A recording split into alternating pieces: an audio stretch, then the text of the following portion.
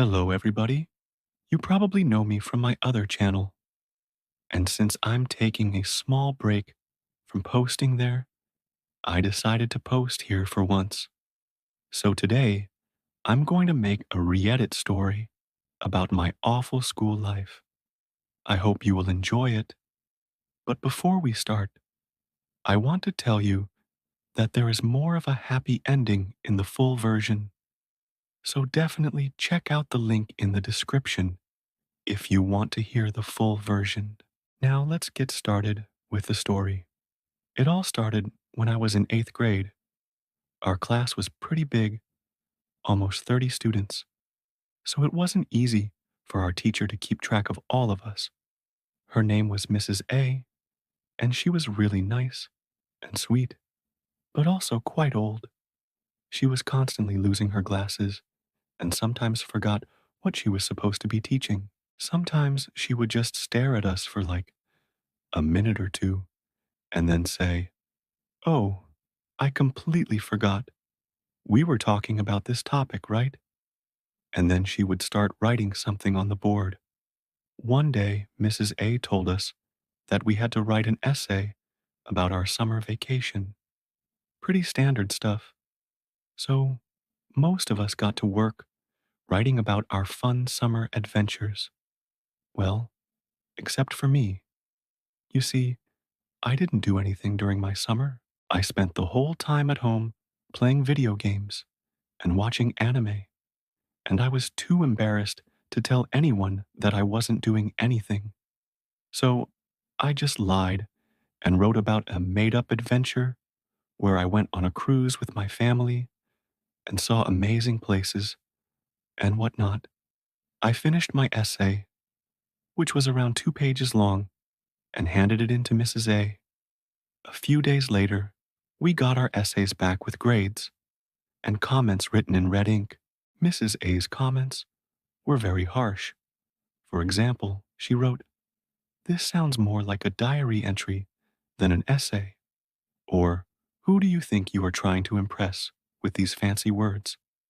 And the grade was a big red D. I felt terrible because not only did I get called out by my teacher, but I also got a really bad grade. So I went up to Mrs. A after class and asked her why I got such a bad grade. She basically repeated what she wrote in the comments and said that I should try harder next time.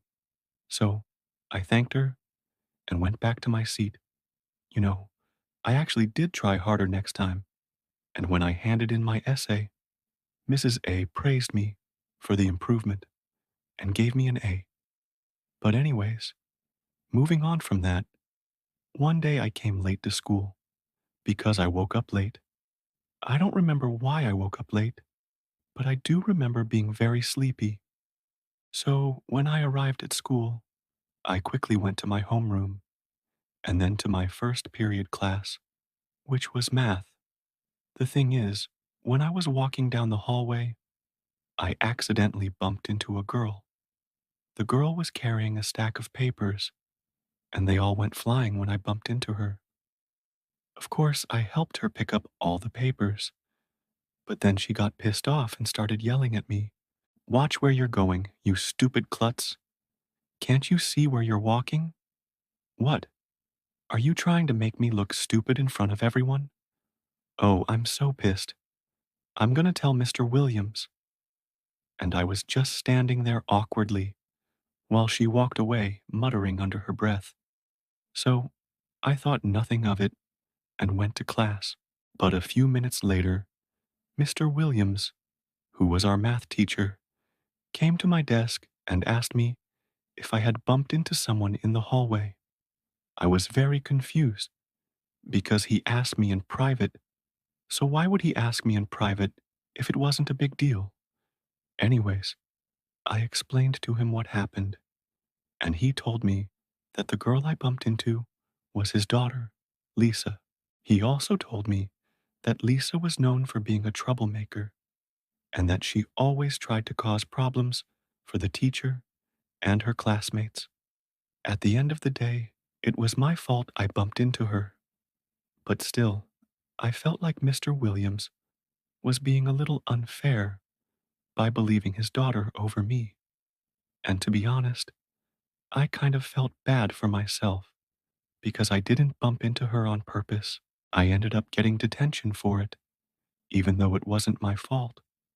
Man, I hated middle school. Anyways, I won't go into too much detail, but the next week, Lisa tried to frame me again by claiming that I stole her homework.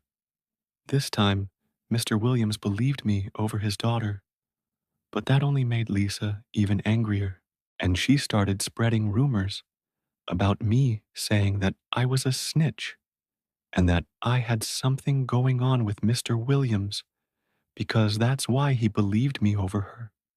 It was all very stressful and annoying, but thankfully, I had my friends to help me through it.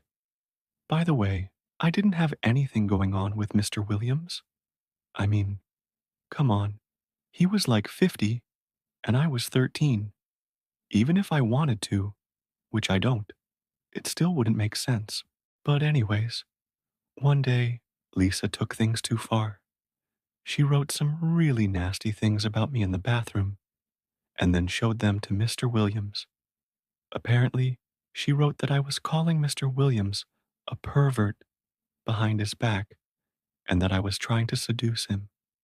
Mr. Williams was furious when he read that and immediately called me into his office. I was terrified because I knew I was in big trouble. When I entered his office, he was sitting in his chair with his head on his desk.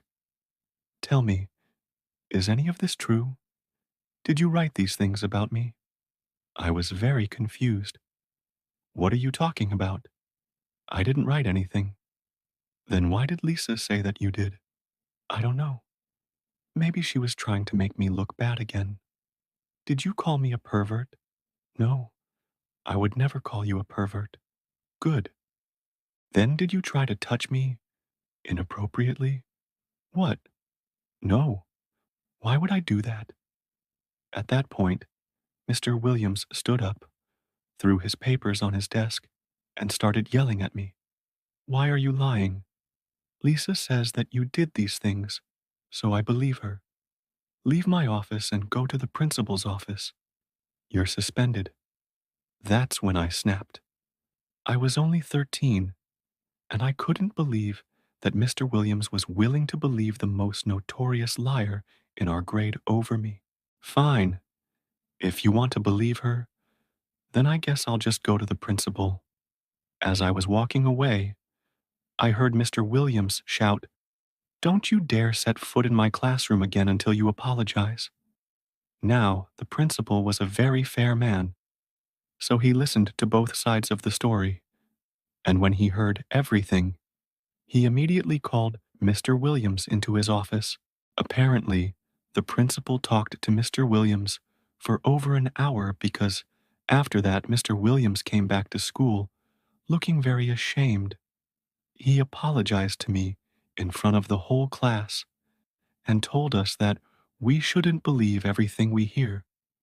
He also announced that he quit his job and that we should all move on from this incident. And that's pretty much the worst school experience I ever had.